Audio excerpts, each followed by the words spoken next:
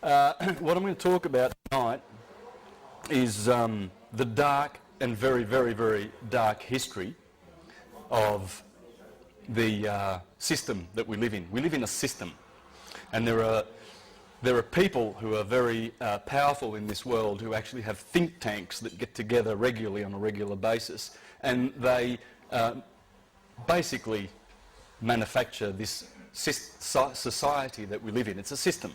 And this, what we live in, with all the stuff that you see, wars, famines, corruption, that's basically the end result of these think tanks that get together and produce this society that we live in.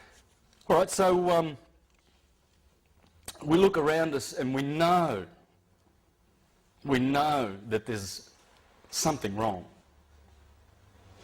Because your neighbour next door is a nice person, your family are nice, people you work with are nice. People want to have a nice society where we can live in peace and just live and be free of wars.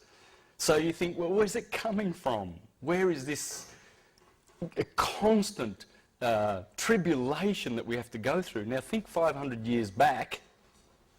If you think we haven't got it so bad, well, these days, 500 years ago, the Catholic Church, this is a depiction of some of the chambers of torture in the Inquisition. Now, you guys could easily be classed heretics and you could have been led to the Inquisition. So, you just think back to those days, the Inquisition and the Crusades and all the Dark Ages, and how much our brothers suffered, mankind suffered. And we see now that we know things are really gone pear-shaped. What's the origin of it? Well, I'm going to expose it. Expose it with a little bit of history. The Catholic Church, the Roman cult, has been very, very, very busy in the last couple of thousand years. Starting with the Julian dynasty, then the Flavian dynasty, then the Antons, the Antonys. We had the empire. Rome was a republic, became an empire. Just like that, overnight. They killed Julius Caesar, bang, Augustus. It's an empire. This empire is our enemy, as you will see, because it has morphed as it's gone through the ages with the backing of the Roman cult and a very, very dark priesthood, who through their sorcery and evil and their papal bulls, they seal those papal bulls, they put a spell on them, they put them in their vaults, and what is written on those papal bulls goes. Why? Well, because they're sorcerers. And because when you make a claim of right, which in law means, hey, these are mine. I'm claiming them. Well, I've got the highest claim of right because they're in my hands. I brought them here. The evidence is there. So they're mine. What the Catholic Church did in 1302, very, very, very, very, very powerful date in history. Pope Boniface VIII,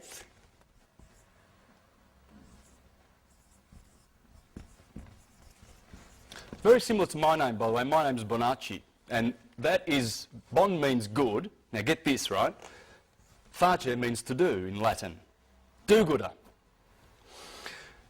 This guy was a contemporary of Dante Alighieri. Dante Alighieri, who wrote Paradise, someone help me, the Divine Comedy. He condemned this guy to the bottommost parts of hell for how wicked Pope Boniface is, and you're going to see. This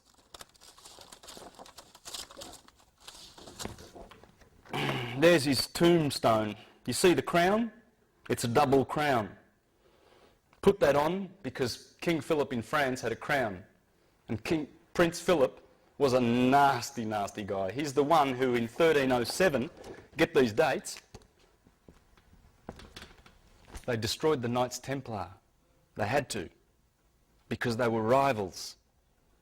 And they were doing things the right way, the original Knights Templar. That's when Philip and Clement, the Pope, after Boniface, they had Jacques de Molay in prison for 7 years. They smashed every bone in his body. They blinded him with hot irons, roasted his testicles in oil. They did everything to that man with their little devices. This is the sort of devices that the Roman cult has used for a long, long time, and they're still using them in a spiritual sense in the courts. And I'm going to show you this. The courts are run by these people. Everything that happens in court is ecclesiastical. Everything. I know a few of you know this, so it's not a surprise, but some of you may not. But what I'm teaching tonight, I only got an inkling of three years ago. But the stuff from these websites, you might want to put these down. These are all linked to my website, universaltruthschool.com. So if you've got a pen, you might want to write this down. I'm leaving this up for a bit. But most of the information that I'm telling you, you can source here. And it's Frank O'Collins in Sydney runs these. And he's going to, he's basically the information comes from here, so you can source that here. Now, back to Boniface, our little friend. So, he put that second crown on his head to do one up on Prince Philip. So they got together, the Vatican and Prince Philip, and they destroyed the Knights Templar. But here, what happened in this year was this guy, Pope Boniface VIII, in 1302 created the first express trust in history. What's a trust? Well, the Crusaders were going off to Jerusalem, leaving their homes, their palaces and their riches behind. So they developed an idea. They would say to their most trusted friend, I want to hand over my estate to you in trust, and I'm off to Jerusalem, I'm fighting for Christ. That's what the Crusades are all about, isn't it? That's another story. Anyway, so when I come back, you're my best friend, you're the best person to give my property to in trust, so he becomes the trustee, the owner of the property. What would happen was some of these knights would come back, and the guy their best friend that they left these treasures with got used to the treasures and decided that they would keep them. And guess what? The courts would not support the knights because the trustee had the right to keep the property. That's how the trust started. It worked. They worked for most people, but for some of them, they didn't get their property back. What happened was this guy and the Catholic Church, always desiring to control with their inquisitions, decided that they would create the first express trust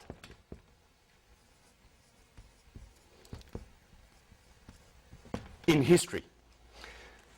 All right, that trust is called Unum Sanctum.